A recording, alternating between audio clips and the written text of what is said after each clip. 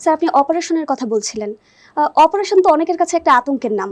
তো এই অপারেশনটা সায়াটিকের ক্ষেত্রে কি আসলে সবসময় প্রয়োজন হয়, নাকি বেশিরভাগ ক্ষেত্রেই আসলে অপারেশন ছাড়াই ভালো হওয়া সম্ভব? ধন্যবাদ। আমরা অপারেশনটাকে কিছুক্ষণ আগে বলেছি যে সেটা ডিস্ক প্রোল্যাপস হয় বা স্পাইনাল ক্যানাল স্টেনোসিস হয়, মাইল্ড টু মডারেট অবস্থানে থাকে, তাহলে হয়তো সার্জারি ছাড়াই ভালো হয়ে যেতে পারে। ৯০ থেকে ৯৫% রোগী সার্জারি ছাড়াই ভালো হতে পারে।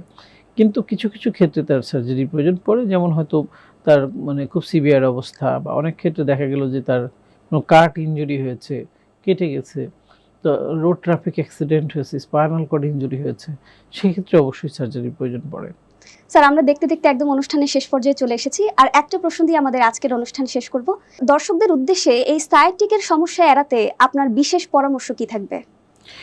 অনেক ধন্যবাদ। আসলে দর্শকদেরকে যেটা বলবো যে আমাদের সোসাইটিতে অনেক রকম মিথ বা সোশ্যাল কিছু কুসংস্কার রয়েছে, যেটা আমরা মনে করি যে সাইটিক বা ব্যথাটা সাইটিক বাত বা এই ধরনের কিছু বিষয়, যেটা কখনো ভালো হবে না, চিকিৎসা করে কোনো লাভ নেই, আমার নানি দাদি আমার চাচা চাচি এটাই ভুগেছিল, সো এটা নিয়ে আমরা চিকিৎসকের কাছে যাব না।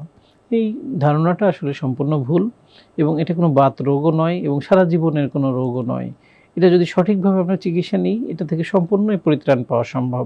শুধুমাত্র দরকার তার সঠিক চিকিৎসা এবং সঠিক রোগ নির্ণয়, এবং এর পাশাপাশি তাকে কিছু জীবনযাত্রা প্রণালীতে পরিবর্তন নিয়ে আসা, তার খাদ্য খাবারে কিছু পরিবর্তন আনা, কাজের যে ধরন সেখানে কিছু পরিবর্তন নিয়ে আসা।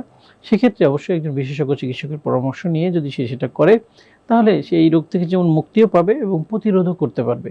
ভবিষ্যতে যেন এটা আবার রিকারেন্টলি দেখা না যায়, সেক্ষেত্রেও সে ভূমিকা রাখতে পারবে। স্যার, সায়াটিকের ব্যথা নিয়ে এত গুরুত্বপূর্ণ তথ্য ও পরামর্শ দেওয়ার জন্য আপনাকে ধন্যবাদ। আশা করি আজকের আলোচনা থেকে আমাদের দর্শকরা বুঝতে পেরেছেন যে সায়াটিকার সমস্যা এড়াতে ভীতি নয়, সতর্কতা জরুরি।